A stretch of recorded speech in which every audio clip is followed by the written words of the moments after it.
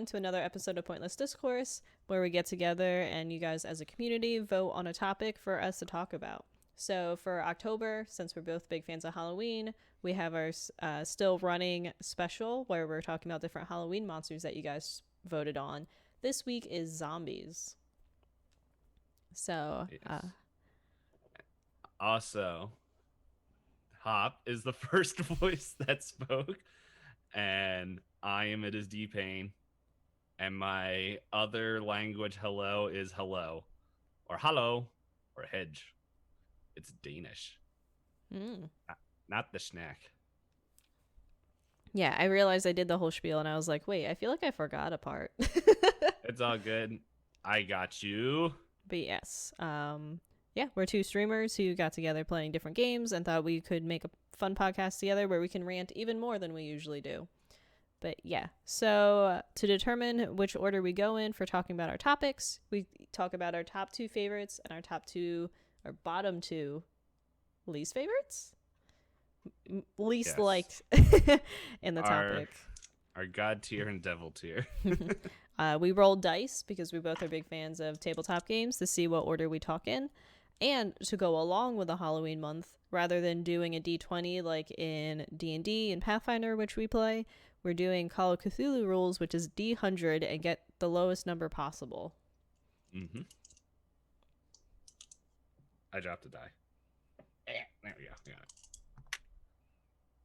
Okay. I think I rolled the same thing as last week. I rolled a 65. Okay, I'm 39. Well, we're starting off bad. Yeah, because the losing number was an odd number. Yeah, we're going with our least favorites first, and I get to go first this week. Did I go first last week? I'm glad we're going too? least favorite. Yes. Okay. You know what? I would like to put out the challenge, which I know I could do very easily, but I want to put the challenge out there for someone else to go and tally up the win-loss rate between us, like who won, so that way we know who has won as the most amount of rolls. Yes, and I want to say it's close. It probably is close because I feel like there were like 2 or 3 weeks where you spoke first. But yes, if anyone just 2 or 3 weeks out of all 28 episodes. No, I mean in a row. But if anyone is willing to do that for us, feel free to send us your statistics that you found out on twitter.com/pointlessdisco, where that's where we tweet out updates for us, and we happily accept feedback from you guys. Or just like, wow, that was cool. If you tell us we're cool, we'll give you a shout out. Yeah. You'll just have to make sure to add us on Pointless Disco so that we can actually see it. Mm-hmm. Yeah. This sounds like a tired episode. Well, I was going to ask you if we have any announcements this week. Yeah. So we got 2 announcements, and we'll repeat them at the end because we know sometimes people trickle in later. First announcement. Both announcements really don't work well for anyone that is listening to this later recorded. Sorry, buddies. But announcement number 1 is next week we're going to be recording a little bit earlier. We're going to have a little bit of schedule conflict.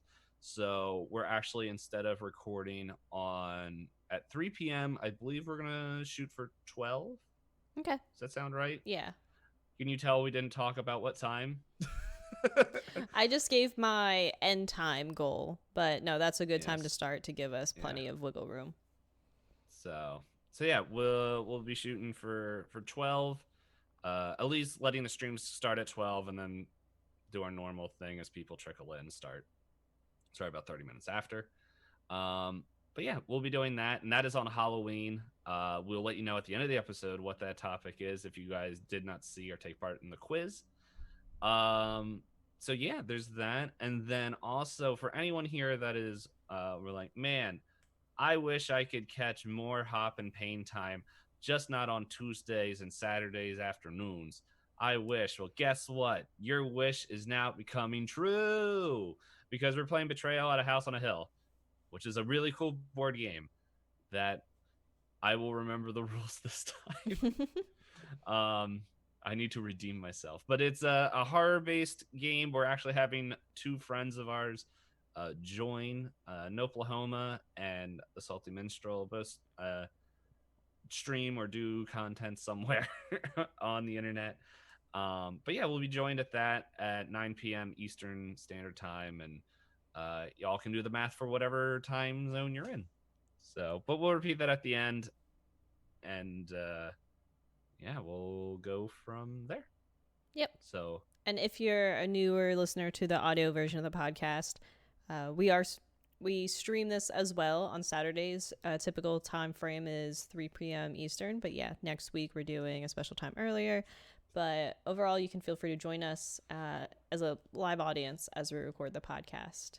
And sometimes, if you guys say something funny, we roll it into the podcast. mm-hmm. But okay. Or intellectual.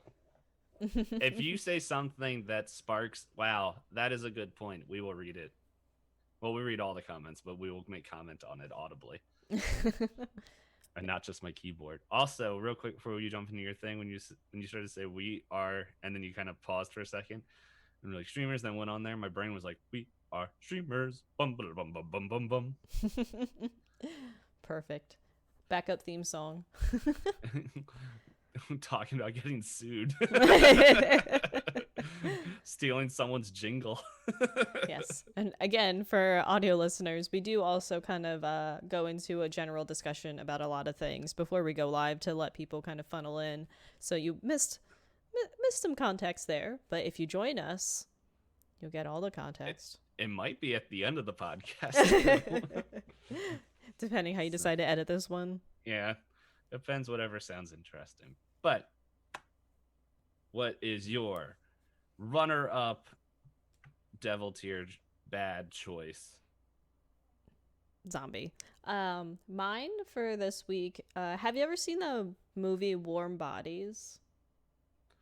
No, but I know about it because it showed up everywhere when I was looking up zombies. Yeah, I don't know if I just am not a fan of this general idea of a movie or whatever it is. But so do you know the synopsis while you were looking up zombie stuff? Yeah, I was like, this isn't even worth paying attention to. Yeah, for anyone who wasn't familiar with it then, it's essentially a romance with, spoiler, you can unturn zombies if you love each other enough. And it's just... I don't mind if we just full spoil this whole thing. Like, I watched the movie, but I don't remember anything other than me going, why did I watch this? I mean... I didn't watch it, but finish your thing and then I'll fill in anything that I read. Yeah, so basically, from what I kept looking at lists and from what I can tell, people did enjoy this movie, I guess because it's different. But for me, I felt like I had watched it before, but instead of a different monster or different boy you can change, it just happened to be a zombie who became human again. And I don't want to set up the expectation for young women that there's a zombie apocalypse, but like you can go up to a guy and fall enough in love that he goes, oh, I have a heartbeat again. Like, no, it's a zombie. The fun and the scariness and the entertaining parts of being a zombie for me are literally just it takes away everything. And yeah, like someone in chat mentioned, it's Beauty and the Beast but with zombies. I think it's more Pinocchio. Why Pinocchio? Because Pinocchio wants to become a real boy. But Pinocchio didn't become a real boy because of falling in love with a woman. Yeah, no, if it was done today, it would. Beast turned into a human for falling in love with a woman. Pinocchio lied and cheated and gambled and... Just like zombies. That's what the disease comes from? Addiction? Yes. But no, like I remember watching this because it was...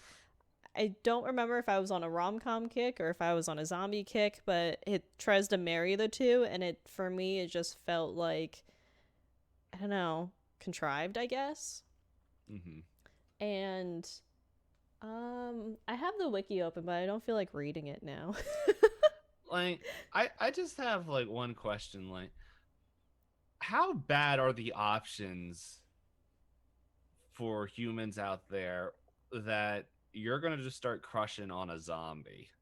Like, how bad is that group that you're in? You're like, that dead, rotting corpse over there that moves? Like, trying to throw in the TikTok meme, that's my type. It's So from I feel sorry for that girl. Like, from skimming the wiki, it looks like, if I understand correctly, they seem to imply that what is it? It you keep was necrophilia out of this chat. It says something along the lines of like saving her from other zombies. I'm forgetting the names of the different characters, so I don't know if it's like contextually correct, but it seems to imply that like the zombie saved her from other zombies. So yeah, it's literally just every other rom-com. I think I saw one explanation say it's Twilight but zombies. Where you think you can tame the monster boy and make him your forever love. Instead, he just gives you a child that eats from the inside out. Spoilers for anyone who doesn't follow Twilight memes. But actually, that is actually in the book. I didn't read that far into the books. Me neither. I just know it showed up online and was like, okay, sucks for her. Makes sense, but whoopsie. But no, I agree. Like, I don't know that I could ever be attracted to a zombie. Because other than, like, the whole rotting corpse thing, it's gotta smell so bad. Like, you know, Febreze cannot get past decay, I don't think. Have you seen those commercials when they put those moms in that room that smells like, well, you just assume it smells so bad, like it's like a dumpster, and like it smells like roses, like your sniffer's broken. Yeah, and it seems to say that the zombie that starts to fall for her or something like that is growing more in humanity. So I guess what, like, he goes from being a bad zombie boy to being like, oh, he brought me flowers this time on the date. He's not that bad, guys. Like, Yeah. I don't like it. I don't like it. It's And then it ends with him becoming fully human again. Like, how? Also, that's a lot of trust. Like, oh, he's biting me. He's trying to bite me less today. So maybe if I keep working on him, he'll become a human again. It's like, I don't know. It just seems like a very, very bad idea. Oh no, did DPayne freeze? well, that was fun. That was a time. Oh wow, and I got a whole new background. That's not what you left with. Okay, so I think we left off on Febreze, so we can just start rambling off of that. If we need to cut it, or if there's like pieces missing, then you can. And we'll just go and we'll just stop, and then we'll just start where we remember. Hey guys, for anyone who's listening right now, my power went out. It flickered. It was like badoop, and everything went off. Yes. So I mean, I guess in theory we could go back and listen to our audio and see where I had actually left off, but it's fine. But no, we're professionals now. Let's see. So in summary, I remember before you came back, we were talking about Febreze, rotting flesh. It seems like a bad idea to trust zombie to bite you less and less over time and go, oh, it's fine. I also made joke that he's a bad boy zombie who now brings flowers to dates, so everything's okay. I remember that, yeah. I don't know. It just sounds like, but you're an animal person. Have you like have you ever looked in or know how they like train dogs like when they're puppies? It depends. Different dog breeds have different characteristics to them on how and why you train them the way that you do. Yeah. But I have the framework. I've never owned a dog, but I've been around enough dogs, and I don't want to say I've ever like fully trained a dog, but I understand the body language with a dog to get them to kind of either calm down or get them to sit or get them to just like chill out. Mm-hmm. The reason I bring this up is that one of the things is that you need to train your puppy to not bite. Mm-hmm. And the way you do that is if they bite you, even if it's not like hard or anything, you have to make like the biggest show out of it. So that way they're like, ooh, bite bad. Oh yeah, I also do that with the rabbits. So when they're Rabbits younger, bite? Yes. Rabbits are very violent creatures. Have you ever seen clips from oh, what's Watership Down? No, I Oh, haven't. I know of it, but I never watched it. so I read Watership Down, and then I found out that they turned it into a cartoon, and then I found out that a bunch of kids were traumatized because as a cartoon, parents were like, "Oh, this is for kids," where it's Mm. actually has very like gruesome details drawn in of the rabbits and how they fight and how they go at each other. But yes, rabbits actually fight. That's why it can be hard to bond rabbits. And they bite, they kick, and they do a bunch of stuff. But they can bite to break skin. So with younger rabbits, while I was working with the new rabbits, you also have to make a particular show about it. Except Mhm. instead of like shouting and like reacting, rabbits when they get hurt, you have to make like a high pitched noise, kind of like a squeak kind of thing. So anytime they would bite at me, it was just like I would have to do that. So yeah, I Can we understand get an that concept. example? No. Sorry, guys. I tried to get a new sub alert. But yeah, and um so yeah, but I imagine you can't do that with a zombie though. If you get bit once, then you're a zombie Well, like, too. it also depends on what zombie lore you're going off of. Most zombie lore is like bodily fluid exchange, right? Some of it, like 28 days later, as I'm saying this, I'm like, I don't know what's on your list, and I don't know what, well, I don't know what's on mine either. But it's like, I don't want to spoil anything. But No, yeah, they can turn just from any exchange, right? Like, there's a part in 28 days later where a bit of saliva or like a bit of, I don't know what it is. I don't know if it's zombie drool or something. No, it's a little bit of blood, like just a droplet of blood falls into the eye of one of the characters, and then immediately he like starts turning, yeah. and it's just like there's that. But then you got like your Resident Evil where you can get bit multiple times and you're good. It's Mm-hmm. like it's not until you're actually dead. Oh, you have to die all the way. Okay. And then Yeah. there's other ones where even if you die and were never bit, then you come back.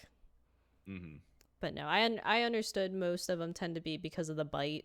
Then it's kind of like their saliva and then enters your Yeah. body and then past the disease. But to bring it back to warm bodies, what I wasn't sure of is if they ever explained how, like, it not explained, but it was just like pretty much like this is why these people are like this, like why how zombies were made and how it's just like the transference uh of the zombie infection. It was like, I don't know, if a bite didn't work all the time, where it's just like, I don't know, they go and bite and you have to like make a big deal out of it. It's like, stop. And it's just like that's how they trained him to stop biting humans. But no, guys, just like in everything, the power of love will stop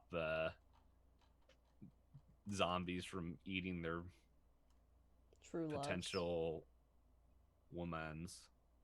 Hmm? Their true love. Yeah. Yeah. Gross. I didn't oh, it looks like um so it says that this zombie lore says that the zombie virus in itself is different, making it vastly different because they can go from being the living dead back to people. Sounds like the worst. I was Like trying I'm to immediately what? I was trying to skim through this to see if I get an explanation on how the virus came to be, but it doesn't look like this article calls out what made them into zombies, only that his virus can unturn them with love. Okay, yeah, it says here the origins of the zombie virus in this movie are never fully elaborated on, but it's apparent that it appears like a traditional virus where there is a cure, and once it is attained, everything returns to normal. Mm-hmm. But what is normal? Less zombies? Guess that's the only answer. Nah. No, but overall, I don't know if it's just the movie concept for me or just that I think it's incredibly cheesy and a weird trope to have to transform monsters into people. Yeah, I have no desire to see this movie at all, and now like looking into it, like there's even less of a desire. Like I didn't even put it on my list because I'm just like, I don't want to look into this. I watched it at some point. I don't remember much from it. And then you went after better zombie romance stuff with Monster School. I No, forgot the name. prom. Prom. Get a date to school. Oh boy. A date to go to school. That's what parents are hoping for. You get out of my house. But Monster Prom is sophisticated in that you don't try to change anybody. You just love the monsters for who they are. Don't fall in love with zombies, kids. All right. Anything else you want to enlighten us about warm? I almost said warm zombies. Warm bodies. No, I'm good. All right. So everyone, I'll admit, this is the one. This answer right here is the one that I was like, I had trouble coming up with, and I came up with like 10 minutes before we started like the Zoom call. And the way I went at it was a little bit differently than I've done the other ones, where because when I was thinking about it, I couldn't think of like specific zombie characters off the top of my head, but I was like, what are some cool zombie mobs? Like, not that I was like, man, I would like to meet these in real life, but it's just like either it's a twist or just they're very memorable in my head of just the zombie horde or enemy or thing you have to face in a video game. And I was like, let's, or it doesn't have to be video games, but it's most of them are of things that are that I don't know that I just think were cool. But we're starting off with the bad. And my first one is zombies from 5th edition. Like, and I'm not talking about. All right, so for people who never played Pathfinder or D&D, there is a whole classification of enemies called undead, and you can get tons of them. And there's just like anything can be undead. However, there are actual like characters that are called zombies, and they're just really lame. It's just they're like they're so in not Pathfinder, in D&D, in Pathfinder they're a little bit better, but in D&D they're like a quarter of a challenge rating. They're a CR rate. Yeah. They're a quarter challenge rating. And like the one thing I didn't know when I was looking this up was the one neat thing is that if you go and damage a zombie to 0 hit points, it has to make a Constitution saving throw with a DC +5 of the damage taken, unless it's radiant or a critical hit. And if it succeeds at that dice roll, it doesn't die. It has 1 hit point left. So it's just not like a straight out death. But it's like if your party buildup is like, I don't know, like even if you just have a cleric in there, if I remember correctly, and I might be getting the rules mixed up, you have like, or even just a paladin, you have like healing spells and just other things that is just like kind of. You can't heal an enemy.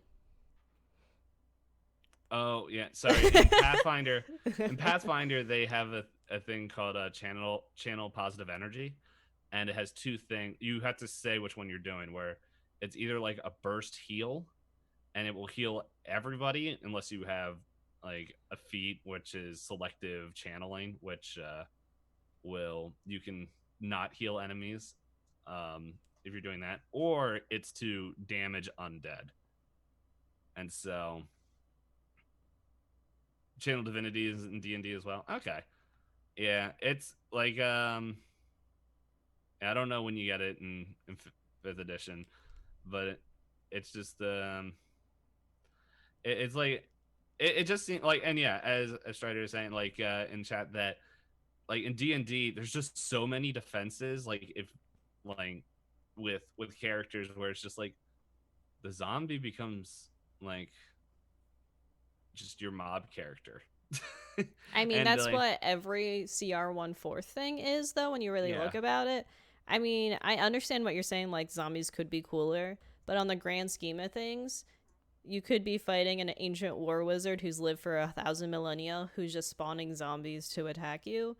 The zombies are, like, just to get in your way, and it's actually cooler to Hmm. beat up the war wizard, or I should say, instead of war wizard, I should say necromancer. But, like, it seems it's a at least for me when I play games like this, even in like a lot of video games, when you run into zombies, zombies are usually like the quintessential dumb, easy, cut through them, find the guy that's making the zombies. Hmm. And like that's the thing, like as also being said in chat, you can make zombies cooler. There are like, and I'm not saying that, like I'm just thinking of the base zombie. Like I didn't want to go into, like as was said, the zombie beholders. And actually what's really cool in Pathfinder is there's a zombie horde, which is just it's There are challenge hordes rating. in D&D. I didn't know if there was like this thing, and I don't know. But I don't know. This was like an actual enemy type. When I was looking it up real briefly, I didn't see a stat block or anything. But then again, I didn't look too hard because like I don't really have an issue, a big issue with the zombie. It's just I realized I didn't have a fourth. I did not have a runner up bad. And so Okay. I was like, you know what? It was just more like that. I was thinking, it was like, okay, generally when you see this, it's like, okay, there's like 4 or 5 zombies, and it's just like, okay, badoop, badoop, badoop. And like, you really have to roll, like, be messing up rolls, or like, there's just so many defenses that you can have against them. Um, yeah. And like, they're for level 1 parties, or they're just there for people to use resources. Like I know there's ways to use them and everything, and it's like I do see their worth and everything. It's just like I don't know. It's when Yeah, I if your party's level 3 and you have to fight 4 zombies, your DM might be way too generous to you guys. yeah, Cuz none of like that balances out. on here there's a zombie crocodile. Yeah, there's a lot of undead things. But I mean, I see Yeah. your point where it's really easy to kill zombies, but it's kind of like the double-edged sword where they're supposed to be easy to Yes, I kill. know they're supposed to, like, and Like like I knew coming in there, like I don't have a strong argument for this. It's just that the way I was going, like when we look at the rest of like my arguments, like it's like okay, yeah, they're kind of like the rest of my choices. Why I was going off of why why I think these are cool, like zombie hordes. Um, yeah, it was just like I don't know. Then again, it's like at the same time, like I haven't played a lot of D&D, and so like I played 4th edition, and like it was I don't know. I know we didn't really face zombies. We fought like a bunch of other stuff. But it's like it was one of those things where they're like and that's why they're the runner up and not the the my number worst. one. The Yeah. worst. To help people that aren't familiar with like tabletop RPGs, D&D or Pathfinder or anything like that, DPayne did mention earlier the CR, a challenge rating, to give you a Mm-hmm. scope. Like a wolf is the same difficulty rating in theory as a zombie. Like one lone wolf is equivalent to one lone zombie. So you know if you've ever played an RPG on like a video game, what's the first thing they tell you to hunt? Oh, hunt me a Rats. I forget how many rat. I think is one giant rat a quarter. That might be a half. I forget because they I also don't know have off the other top of my head. abilities. But no, I feel like a lot of like general open world RPGs. They're like, can you get me wolf pelts? Because Yeah. it's a very starter monster type for anyone Well, that yeah, doesn't understand the scale. it depends. Are you going into the woods or are you going into the sewers for your level 1 party? This is true, but So, but yeah, they're your level 1 thing, and it's like, as was said before, like I'm like I agree. Like as you get further on, it's there's just like more things. Like I don't know. I know in Giant Slayer, it's a adventure path. And for people who don't know what adventure path is, it's a long series of adventures put together to tell a huge story. And Pathfinder puts them out like a book a month, and they normally take 6 months for the whole book to come out. And yeah, they're I don't know. I think they're really cool. But it's in there they fight. They go into this one section, and they're trying to fight hunt giants, and they're like, I don't know why it's telling us not to go over here. They might say there's something cool, like they saw signs, and then they like take 2 steps into the swamp and then get ambushed by 2 undead um I forget what, I think it was like giant, like they were giants. I don't remember what type they were, and they're like, they immediately like we can't deal with this, and had to back out right away. But it's also one of those things where and this is just the difference, and I'm pretty sure since we have some 5th edition experts in chat and on call, which will correct me if I misspeak, but I don't think, is there like disease and infection tracks in 5th edition? I don't remember there being any. I've never played anything with it. I believe in certain campaign sets it can be a concern. Like the current campaign I'm in that Strider runs for us, he keeps track of evil deeds.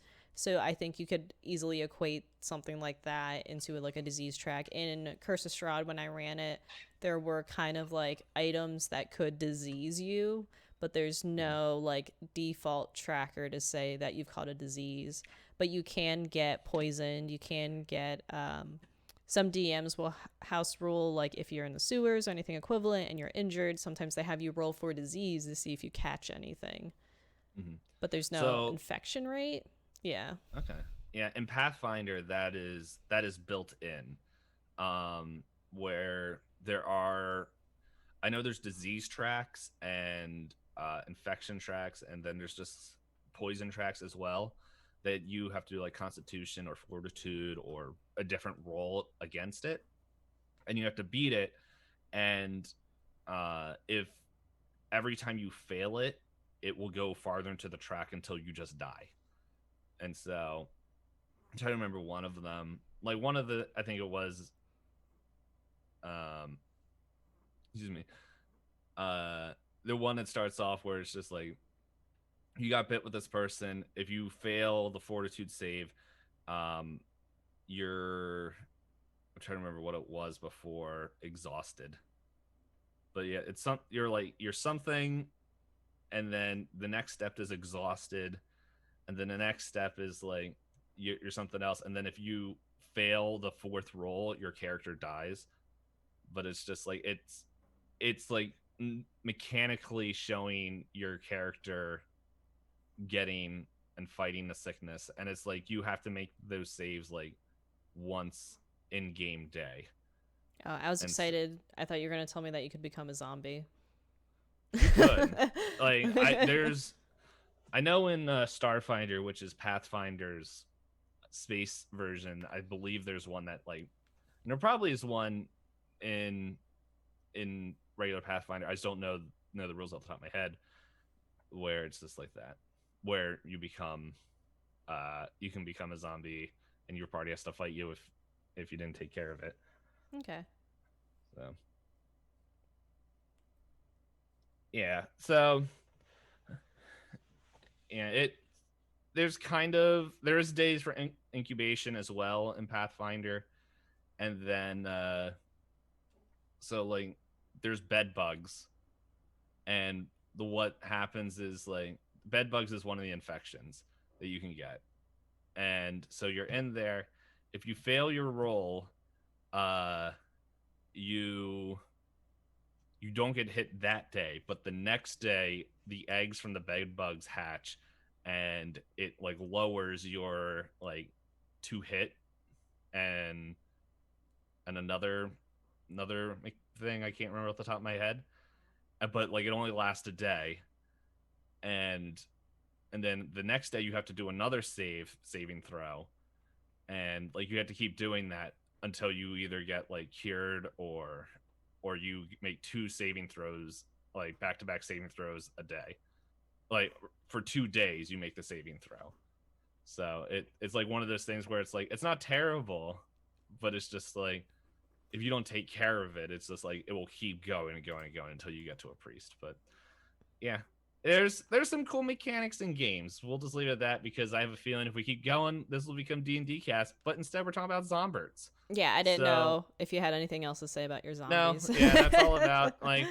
Once again, I don't think D&D zombies or Pathfinder zombies are lame or anything. It's just they're bland, but once you start getting into later levels, there's some really cool things that are you face that are also undead, and that's kind of how it's splitting up in my head. Is not the whole undead family of enemies, just more zombies in general. They're your cannon fodder, and they do that very well. And that's all I have to say about them. Okay. All right, so then I'll go into my most least favorite. So I almost put the warmest body zombies in here because I don't know, it just Mm-hmm. I just don't really like that type. But then I remembered that I had watched a show, and Strider and I were like, let's watch this. It can't be that bad. It was bad. It was a bad show. Famous last words. It's called Freakish. I don't know. What it is. So essentially, if anyone's like seen this, it's kind of one of those. I feel like it was a TV show that they decided just write to be able to cast a bunch of internet famous people in it. Like a handful of the characters I recognize are YouTubers. Like Liza Koshy is one of the characters in it. If you recognize that name at all. Nope. And there were a couple of other people that I found out from finding out like who they are. They were either on like their Disney Channel stars or other YouTube personalities. But essentially, the disease in this show was created because a chemical plant exploded. Pretty straightforward, right? As they do. But the zombie thing for me overall, it's got the whole they're very stereotypical boring zombies where it's the whole you die and then you come back as a zombie and then you just eat people blindly and you act crazy. But I think what I really don't like about the zombies in this are how they're very convenient to zombies for the plot's sake. Oh my goodness. We have the same argument for the one that I'm bringing up next. Sometimes the zombies are so strong they break through doors and they see you when there's barely any light and they'll come get you. Sometimes you go in an ambulance that can't lock up very well and there's a zombie strapped to the gurney and he can't break out of the gurney straps. Sometimes the zombies are too stupid to realize you've been in a school for 3 weeks. And sometimes someone opens the door once and then there's 50 zombies running in. Like... Oh my goodness. Our arguments for what I have for number one are exactly the same. All right, then what's yours? Because, like, the zombies themselves have nothing to speak for them. They're no different than other zombies. They're just convenient. I have the Walking Dead zombies. Okay. Okay, so there's a very clear example in the comics. I never watched the show, but from what I heard and saw from the show is that like the little clips that I watched where it's just like there will be a conversation like will be us having a conversation and then it will show like the camera behind you right now, no zombies, and then it will like turn, camera will look at me and I'll say something, and as it goes back to you there's like 8 zombies behind you just like sup. But then they also like have differing strength values. There's a character, I forget I think it's Tyrone, I'm not 100% sure, but he's really cool in the comic, and then they didn't really bring him in the show till later. But by the way, everyone, small spoilers for The Walking Dead, but oh well. But there's a whole episode like they get to the prison in the comic. They get to the prison in the comic a lot earlier than I think they do in the show. And they go and they're clearing it out, and I forget. Oh yeah, Rick Grimes, he's in there clearing out, like him and Tyrone are clearing out different rooms, and pretty much like there's like some relationship drama that happens, and like pretty much the guy who Tyrone likes a girl, and pretty much other people are like, no, you can't like her, and they're like, oh, shut up, you're lame. And they pretty much lock him in this room filled with zombies, and they're just like, ha, take that. And they go back tell Rick, and they're just like, they locked him in this room with zombies. There's like 50 zombies in this room, and they're like, what are we doing? Let's go help him. And they run, but like they couldn't get there till like the next day for some reason. They get there the next day, and they're just like, there's just dead bodies all over the place, and they're like, oh my goodness, we lost him. And he's just like sitting on a workout bench, like, yep, took them all out. And Okay. they're like with a hammer. And he's just like, yep, I took them all out. He's like, you didn't get bit? Nope. Do you mind if we check? Go ahead. I didn't get bit. And it's just like, God, you just killed 50 zombies in a room by yourself. Why is there an issue with all these zombies in the world? Like, it's, and like, even if you look at, like, I think probably what's more famous in like game ways is you look at if you look at like the Telltale series, like it's the same thing where it's just like Clementine does something really cool, and then it's like, oh man, zombies might come from me hearing you doing that one thing. I don't know. I guess they didn't hear. And then it's like 2 hours later, like you do something really, really small. It's like zombies. I They're open just door. everywhere. Zombies behind us. Yeah. So it's more like we wanted to make some sort of like soap opera-esque thing, but we needed it to stand out, so we threw zombies into the world. Oh, that's exactly how Freakish feels as a TV show. Because it's so Freakish as a whole is about high school students. So you can imagine the forced drama between everybody. But it's a bunch of high school students, and there's apparently a chemical lab in the town, and the different people work for, or have family members that work for that town, and every teenager has secrets. So like you could have made it dramatic enough, and then they were like, oh no, there's only 8 of us that can survive in the school, and there's zombies, and we have to be forced to work together, but we don't get along. Ah. I think this whole category, though, as a whole, is a really big one where you can say that zombies are an excuse as a plot device instead of just writing something and then zombies. The Walking Dead, I meant to read the comics. I didn't get around to it, but so I can't speak to The Walking Dead in particular. But I feel like Freakish, and there's a lot of other shows where if you didn't have zombies, like, it just, I don't know, the characters would probably still act the same if they were forced in a room together. Yeah, it's honestly why I stopped reading the comics. Like, I think I have like the first 6 books, and from there I had no desire to watch the show because like it's pretty much very much like the same in the books. Like, okay, in the beginning of the book, like, oh man, there's zombies, but we're facing them off. Don't worry. Oh no, humans. Should we be friends? I guess so. We're friends now, okay? High five, high five. Oh my gosh, you betrayed me. Oh man, what are we gonna do? Well, we're gonna get you. Oh, look, we let zombies into your home base. Let's go back to prison. It's like that, like over and over and over and over. I don't know if it changed. And then it's like I think like, oh, Rick got another body part cut off. Like he like in the show he loses a lot less body parts, but in like they actually what he loses they like in the show they give to other people. Like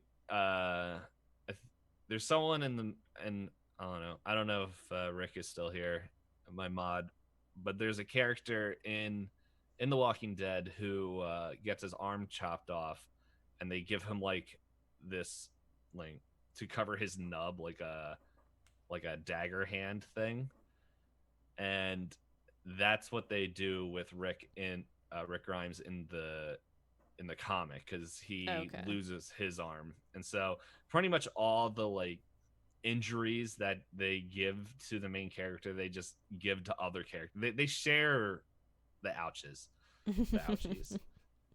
Gotcha.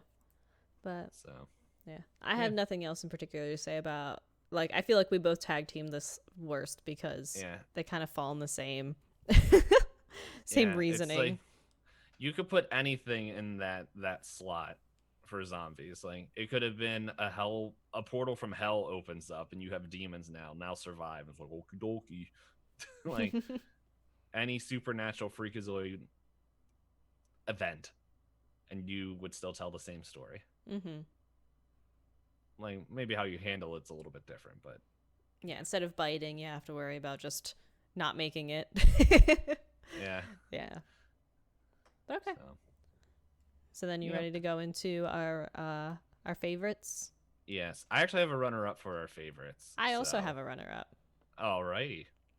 All right. Well, So you have to go first. So, my runner up for my favorites are the Zombies and Plants vs Zombies video game franchise, the Garden Warfare variety specifically.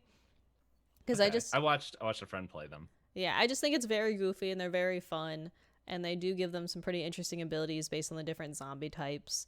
I didn't play two. Is it two or three? I forget. There was a newer one that came out, and I didn't play know. that one. I But think yeah, it's two. okay. But yeah, they have like jocks that can that are jock zombies that are very like bruiser types. You have the scientist zombies who can like throw little bombs and things. And I think the other thing I just really enjoy about them is just they're kind of like wholesome zombies. They're just I don't know, they're very cute, fun art styles, and they have fun noise effects, fun walks, and fun just styles to them. And they also have different outfits that you can unlock for them. And I just think it's a nice change of pace from the scary zombie. And I don't have to be forced to fall in love with them because the movie said I have to. I can fall in love with them whenever I want. Yeah. Who's your runner up? My runner-up is it's actually not a zombie horde, but it kind of is. It's a comic line called Marvel Zombies. Okay. It originally was a one standoff, and then they started making their own like different issues for it. Um, and so excuse me, so like Marvel Zombies, the way it works out is like a zombie attack happens on Earth, and this is like in Marvel Earth. So like originally superheroes are fighting them, and then they're like, okay, I think we got this a little bit taken care of, and then they look over, and Spider-Man got bit, and then Spider-Man starts biting all the other superheroes to the point where the Avengers are now zombies, but they still have all their brain function. Okay. And so they're doing that, and so they're super powered zombies going around, and they're like having an intelligent conversation like, why are we having this go on? I don't know, but I'm really hungry. And so they go and eat the rest of humanity pretty much. And they're like, what the heck? And then it starts doing other like events, like Marvel events that happen where um like the Silver Surfer comes, and they're like, food. And they're just like, they go and like start chasing after the Silver Surfer, and they're like, what the heck? And um they're doing that. And like they can't actually bite him and eat him until the Hulk comes by and bites off his head, and he's like, it's mine. And just runs away. And so they eat that, and then the Avengers pretty much split that all up, which is funny because they're like, what happens is that Wolverine actually, he gets like severed in half. Mm. And so they're just like, well, how can we keep Wolverine keep going, because his healing factor isn't fighting against it. Okay. So it turns out when they ate the Silver Surfer, they gain the Silver Surfer's abilities. Okay. So now the Wolverine is just a torso with arms flying around, just like ah, just like clawing up at people. And they're like, okay, well that happened. And I'm realizing I'm saying characters. I'm like, I don't know how much like you or people know about lore of like kind of galactic lore of Marvel. But Silver Surfer, he's like this. He's literally what his name is. He's a silver dude on a surfboard that goes around, finds a planet, and tells Galactus, who is the planet eater, yo, you can come eat this planet, or don't come and eat this planet. And so since Galactus didn't get a response back from Silver Surfer, he's like, what's going on? And then finds 6 to 7 superheroes with the powers of Silver Surfer, like, what the heck? Look at you. And then they're like, go take them. And Galactus, dude, you guys are gross.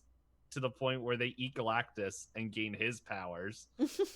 And they just become these planet destroyer force that just flies around. And it's just like at the end of the comics, they're like, dude, have you heard of Galactus? Yeah, he just disappeared, but there's those new guys, and they're like, they're here! And it just shows like Tony Stark and the rest of the Avengers like all zombified, just like, meat. And like, we're so hungry, get over here. And just destroys planets by eating them all. So that's the synopsis of that. And it was so fun that they made another one-off series where they actually bring Ash from the Evil Dead into it, because I think they own that property and the comic line of it, so they were allowed to do that. And it's Ash running around with the trying to save humanity from the zombies, and then he teams up with Howard Duck, and it's like all these random characters go around and fighting zombies. It does sound like really fun to read. It's just something so extreme and out there. Yeah. And the art like works really well for it, because everything just looks gross. Like, that's what you want from zombies. Oh yeah, like it's not like your nice clean art. Like, it's clean enough where you can tell the other characters, but man, everybody and the zombies and everything like looks gross, where it's like, as I said, like Wolverine's cut in half, and so it's like his like intestines are hanging out, but instead of like being super detailed, it's just like this pinkish brownish like glop that's just there, just sludge. Yeah, and so it's just like you're not looking at the dude's innards hanging out the whole time. So yeah. Okay. No, those definitely sound fun. My runner-ups were wholesome. Yours were super beings that we could never outrun from if they became zombies. The whole universe couldn't outrun them. This planet has meat on it. Goodbye. Yep. Goodbye. But yeah, so all right, I'll go into my favorites for zombies. So my runner-up, this is a movie I've been meaning to rewatch for a while. It's called The Reanimator. Sounds familiar, but I'm not familiar with it. It's very loosely based on a short story by Lovecraft. I say loosely because it's pretty campy. I forget what year it came out. I have the wiki open. It came out in 1985. So you can imagine it was a very campy, very like out there 80s horror movie.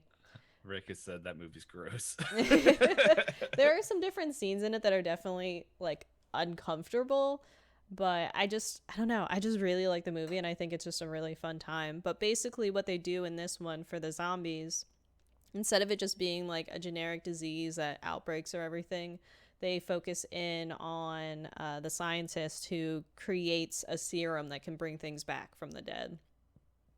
Okay. So, but he takes it up a notch where first he's experimenting on like deceased animals, I believe, and then he starts trying it on people, and then it ends up like escalating to a point. I won't spoil everything because I think it's worth a watch if you don't mind some like gross stuff happening in some uncomfortable scenes.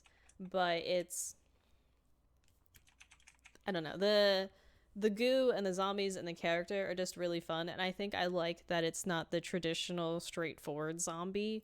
It's a zombie he's created from the serum, and I think there is the one he creates that is smarter than the rest, so it creates a cool kind of like villain-esque vibe with it, where it's not just we have to fight all the zombies. No, it's that there is a villain zombie that we have to take care of, who's doing nefarious deeds.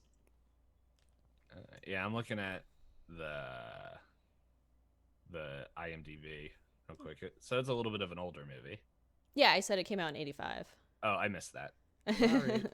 Because I said it's very campy and it's got a lot of like extra stuff thrown in it. That's definitely got that 80s vibe to it to be extreme.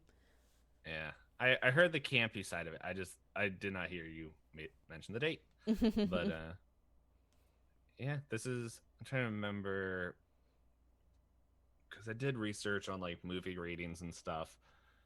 What is this? It's unrated, so on IMDb it is. I feel like it's got to be on some other. If anything, it might have come out later. No, because it was in the 60s when they came out with GPG and R, and then oh, you're looking for that ratings. I thought you were talking about the movie rating. No, yeah, on here it says 72. And then it was in I think late 80s, early 90s when they started making PG-13 because movies like The Gremlins and there was another one, but mainly The Gremlins, they were not what parents thought they were. And they thought it was a fun movie for their kids. Turns out, yeah, Spielberg just ruined a generation. It was great. So, but no, that definitely seems interesting. Like, oh, okay. So it looks like it says when Reanimator was originally released on videotape, there were two versions available: unrated theatrical cut and an edited R-rated version. okay. So I don't know which version I've seen because I've like rented it online.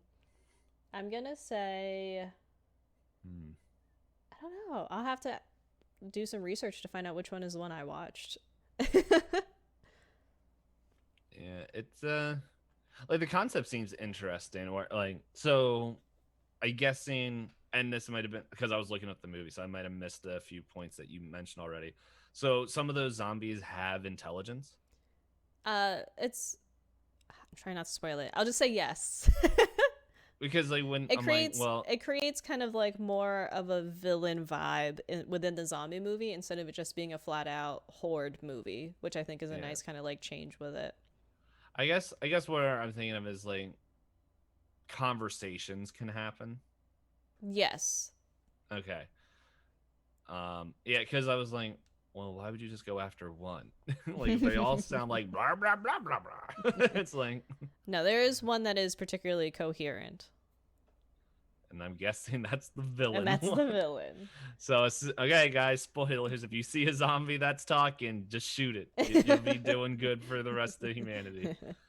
No, it's not going to turn your next heartthrob boy/girlfriend. That don't work that way. Okay, it does say that the film originally received an X rating and was later edited to obtain an R rating. You are a naughty person watching those X-rated movies. Oh my goodness. Apparently, I haven't seen any of these, but apparently they've branched off to make A Bride of Reanimator in 1990 and a Beyond Reanimator in 2003. Beyond Reanimator. Hold on, I want to look that one up. I think when I was looking up Reanimator, Bride of Reanimator had a particularly bad rating, so there's that for you guys. Is this the same guy too? Oh, I was apparently told about the sequels and I just don't remember. I really want to rewatch the original.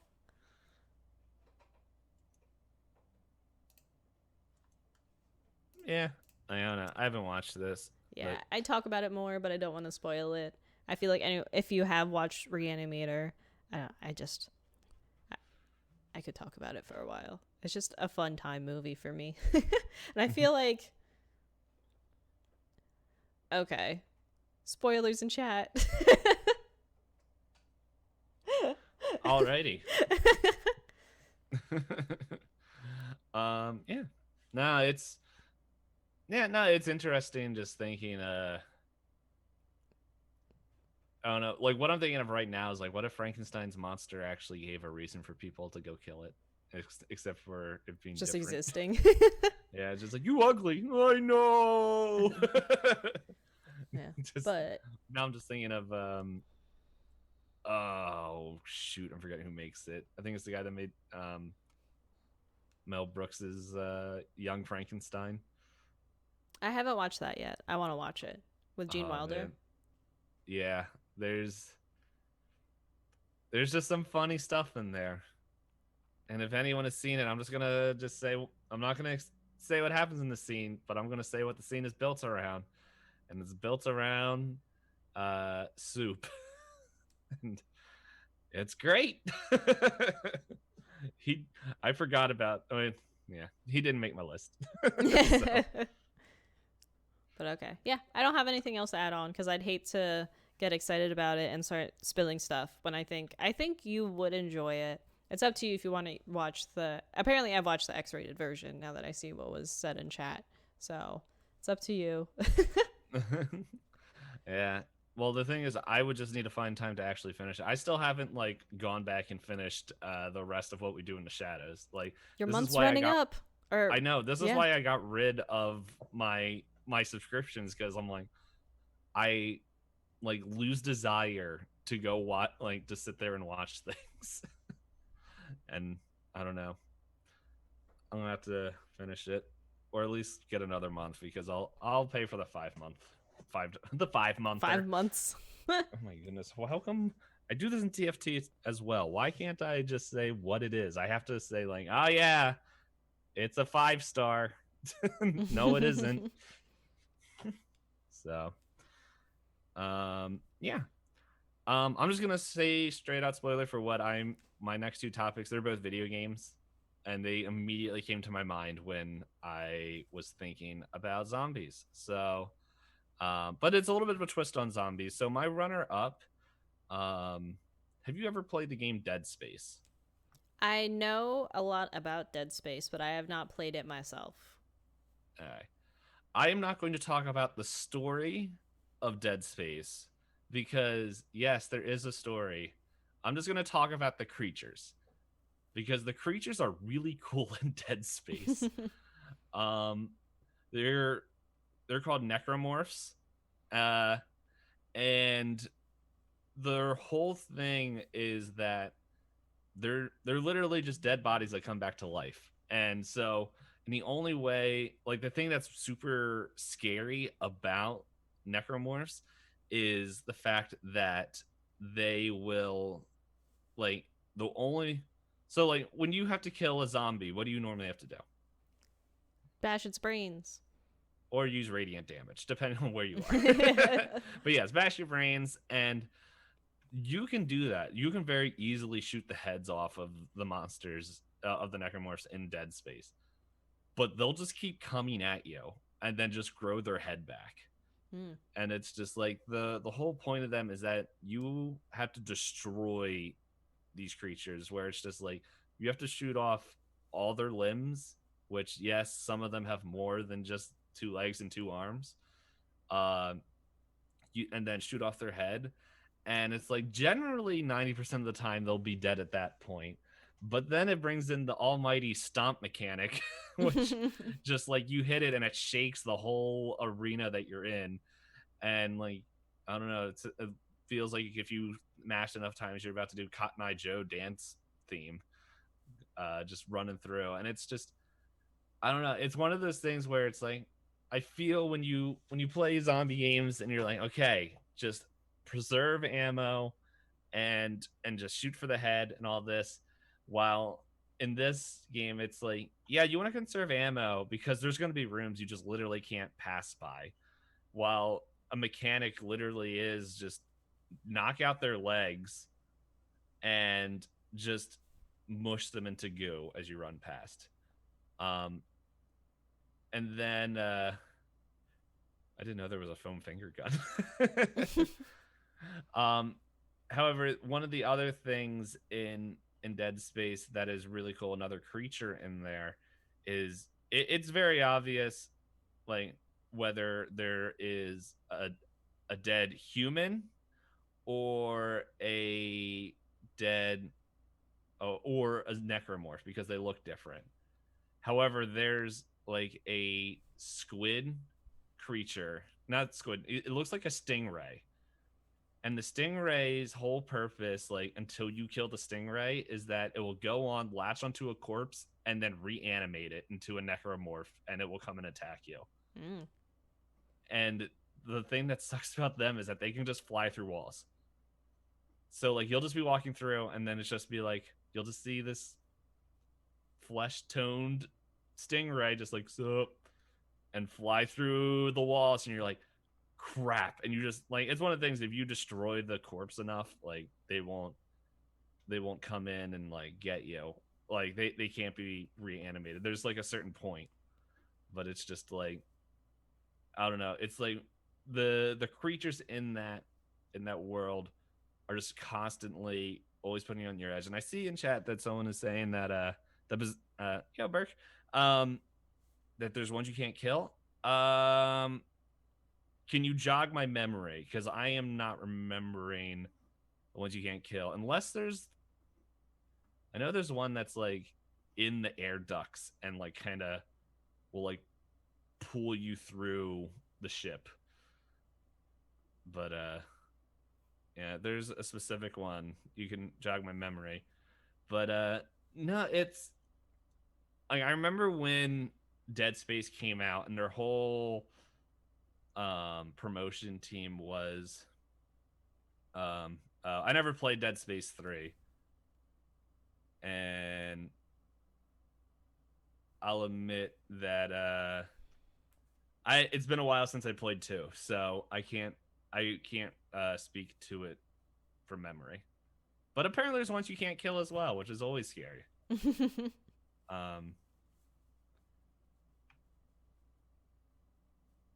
Oh, okay.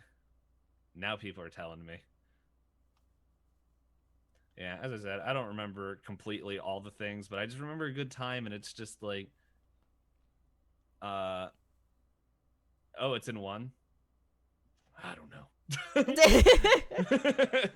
But pretty much what I was getting at is like, if anyone has watched me play horror games, like watched me play Alien Isolation this past month, or any time of me playing Phasmophobia, or just any kind of horror game, my brain doesn't connect to the vibe they're trying to give easily.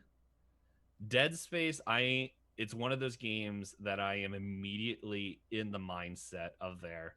And it's just like you get weapons, you can fight these creatures, but it's not always effective.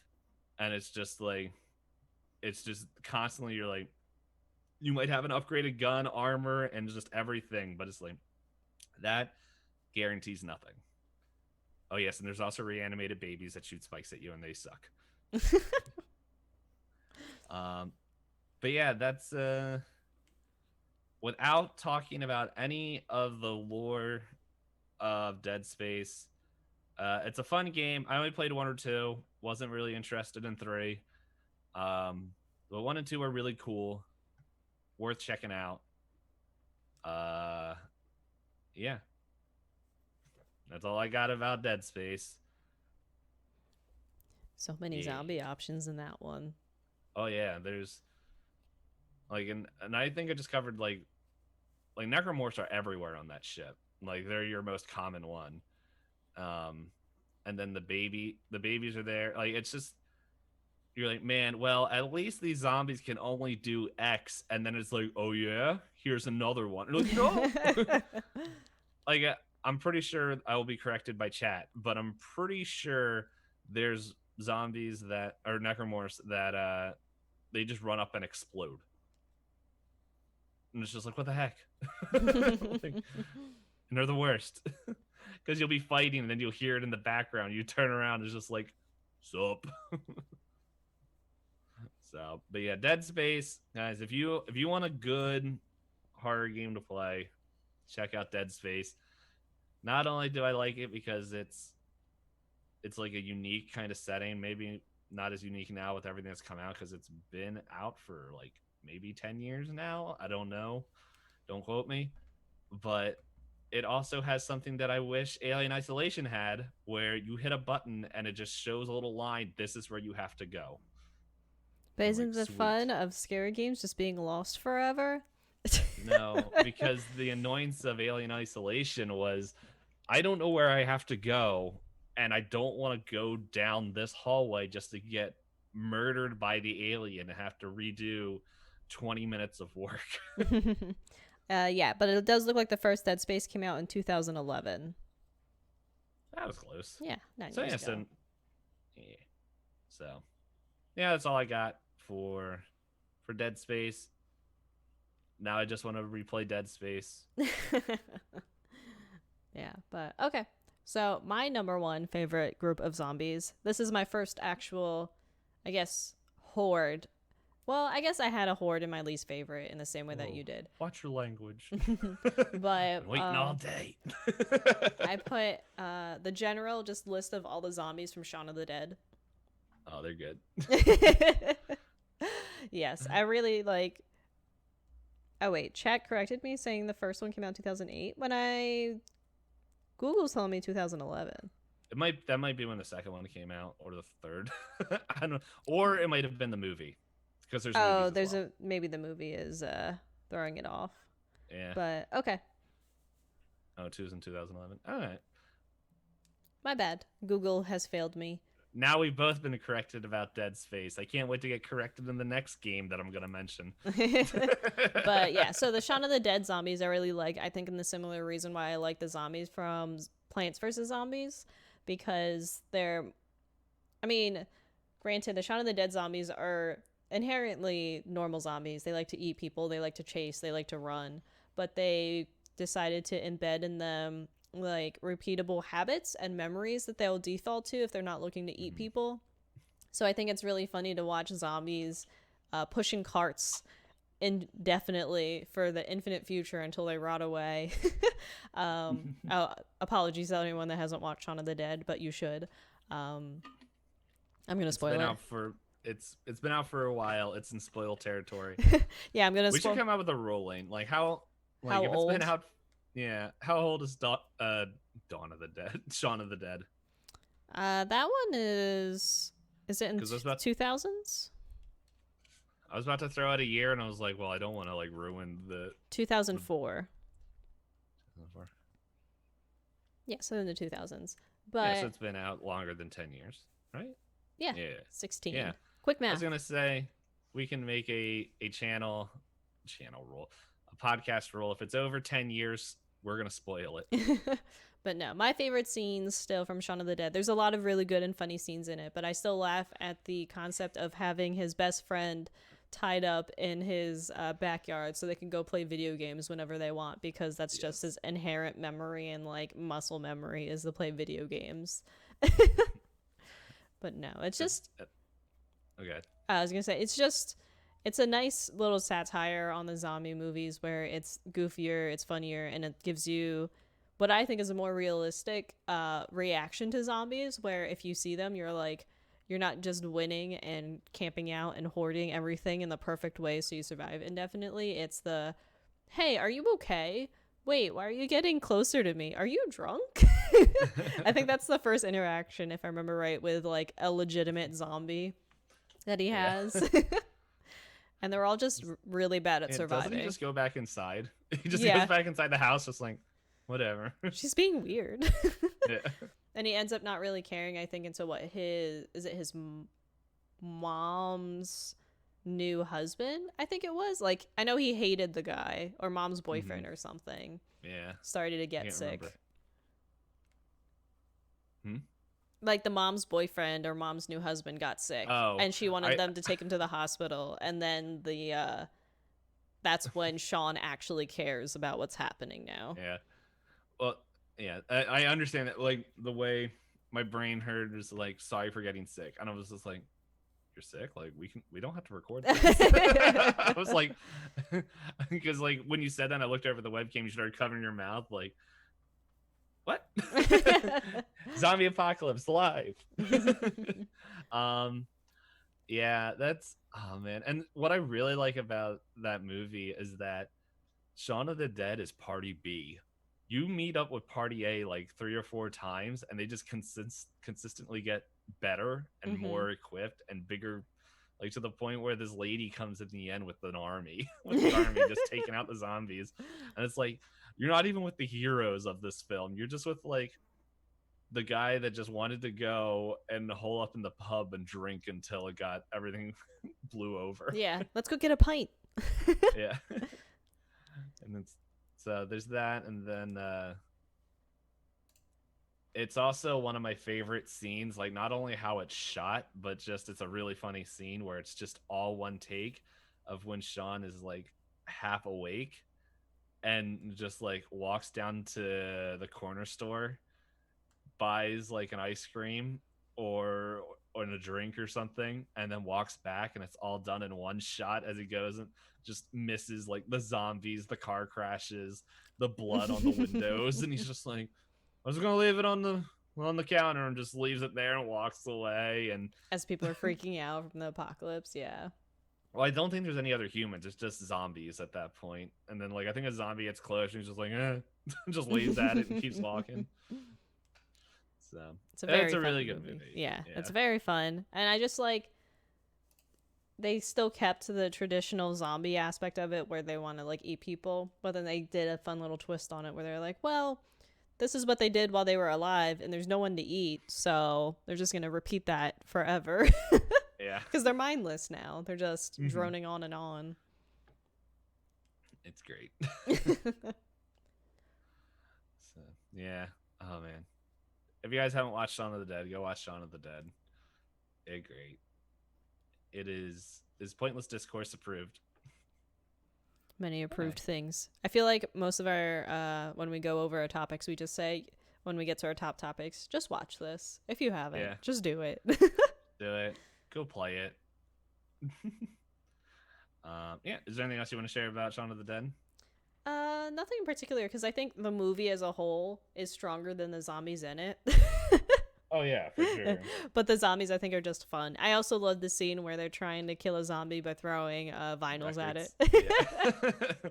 And they're like, no, save that one. One's good.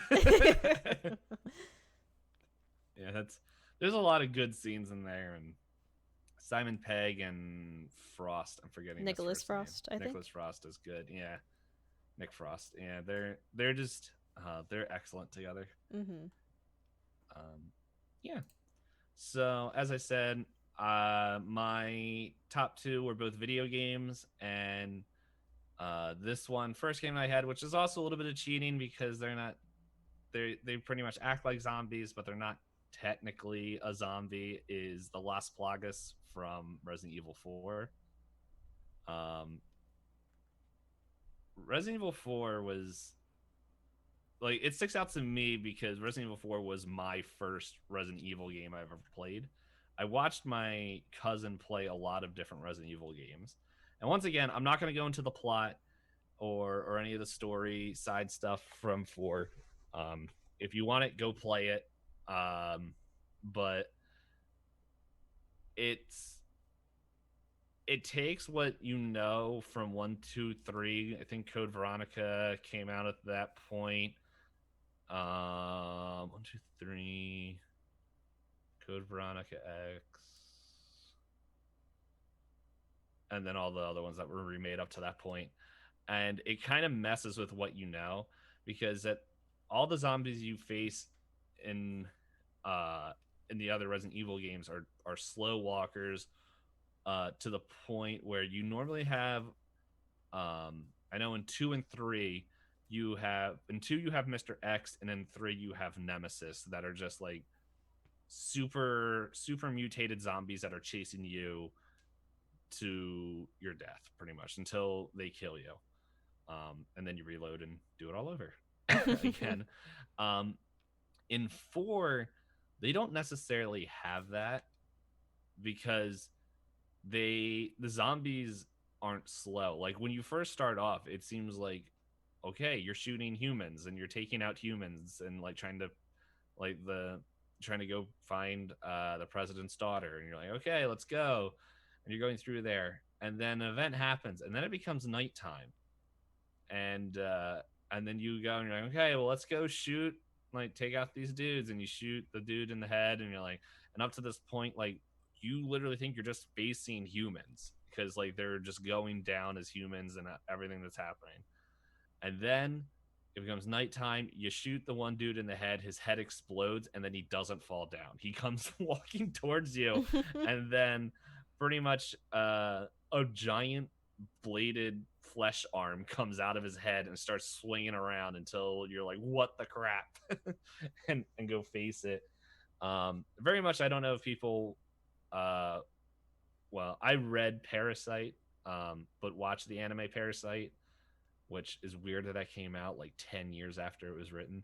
Yeah, but, I watched the anime, but I remember reading it in Shonen Jump. It might have been Shonen Jump. I think my sister had some kind of weekly thing that she got in, and it had like snippets of Parasite in it.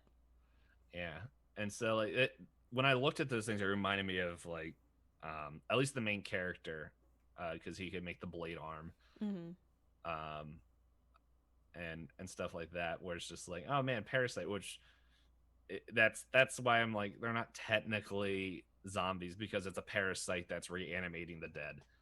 Um, but like it's kind of just the same as Dead Space a little bit, where you first start off facing like humans and then like just chainsaw humans, which are the worst. uh and then you start facing the Las Plagas versions of them, where it's just like it's the same person, but like they now, like if you shoot off their head, they have like spinny blades that are coming out of their head, and you're like, what the dump, and you got to fight them. um and then there's a few different versions of bosses, but it's just like there's a boss, not a boss, there's a monster later that it's called a regenerator. um and their whole thing is like, you you can get lucky in killing them, but they're just like these gray like blobs with no eyes or teeth, and they sound like me when I've been near a cat, because my throat closes and you can hear me breathing, and it's just like, what the heck? And so like you just enter this room, it's like dead quiet, and you just hear breathing. You're like, what the crap? And like you can't fight them unless you have a thermal scope to shoot like the infections in their body to kill it. And it's one of those things, like if you can shoot three out of the four, but if you don't shoot that four, it's going to regenerate and come after you. And like they're like porcupines pretty much. um Spiky boys. yeah, like they'll just come up to you and just shoot spikes out of their body, Mm. like not as projectiles, just like how Kirby, when he like shoots spikes down, just a little spike ball. Okay. It's kind of like that. It's it's just definitely one of those games where you face the mob, you face the horde of zombies that are coming after you, uh, and the game does it in creative ways where like sometimes you have to like protect Ashley as she's trying to get to a certain place, like, but you're not with her. Or it might be a different time where it's just like, okay, well, what am I going to do here, where you have to like, you have tons and tons of different enemies coming after you, and it's not every zombie is, not every person you kill turns into a Las Plagas. So you'll shoot them and then all of a sudden it's just like, okay, that one didn't turn, but then you'll shoot the like two more and they'll both turn, and so you're just like, I'm pretty sure at this point people found out like the rate of which ones will turn and which ones won't. But it's always one of those things where you're like what is better, shoot him in the head or just shoot him in the knee so you can conserve ammo and go up and like do a button prompt to knock him out. Mm. But if you do that, it still has the potential of it turning into a Las Plagas. The only difference now is that you're right in its face. And so it's definitely one of those games where I remember that my parents told me to shut up and stop yelling at the TV because of everything that was going on. um, but yeah, Resident Evil 4 will always have like, um, even though it's not as unique and different as the Dead Space zombies were, the necromorphs, there's still a good different assortment, a good twist on a classic series, video game series as Resident Evil. And like honestly, like if anything speaks to how people viewed this game, there's still like people like before they said they were officially remaking it that were saying like, we want Resident Evil 4 remade, and it's just like it was a constant like thing that people were arguing as soon as they announced and started making the remakes. Mm-hmm. So um yeah, those that's my number one. Big old place in your heart from Yeah. your memories from Resident Evil. Yeah. I want to replay it eventually, but I'll get there. What system was it on? What system wasn't it on? Oh. It started off on GameCube, and then it got moved over to PS2, which that was funny because at that point Capcom signed an agreement that all Resident Evil titles would only show up uh on GameCube. and then it was like a year later they put it on PS2, and then it got put on PC, and then it got remade for PS3, Xbox 360, and then was remastered for 4 and Xbox One, and then the PC versions have been updated. Okay, so you have plenty of options to play it, because I always feel like I'd love to go back to games that I remember loving as a kid, but I keep forgetting that Resident Evil likes to remaster and re-release to every console. Yeah, honestly, like if you want to play some of the older ones, like oh no, I'm not talking about Resident Evil games. I'm talking about games I personally loved growing up. They don't get the remasters that because I was curious if you were gonna have to do Magic, because I know some people will buy a converter from HDMI to the I forget what the 3 cords are called right now. Component. Oh, yeah, component. Yeah. The RCA cables. Yeah. I've seen people have to do that for bringing their GameCube games back to life. Yeah. Well, GameCube now has a HDMI converter. I think it costs like $150, but it plugs into your GameCube, which is really funny because it's more than a GameCube. But it plugs into your GameCube, and then it transfers the signal into an HDMI signal that you can play on your HD TVs. Yeah. I remember a few retro streamers that I was hanging out with were talking about it. It was like, it's real, like they were like, yeah, this really works if you want to play more like GameCube-esque games. Like it makes the process a whole lot easier to transfer. Makes sense. I just don't have $150 to drop. So yeah, it's a good old time. And but pretty much what I was saying is that at least with Resident Evil, if anyone did want to play the Resident Evil series games, pretty much all of them are constantly always being updated to the next console or whatever is current. So like, except for one has an update, whatever the newest version is. From what I heard, people are like, yeah, just get that one. I think it's on Steam. They like remastered it, and it's like, this is the best you're gonna get, and it's gonna be the best experience, because a lot of diehard Resident Evil fans are like, we don't want the behind the camera viewpoint.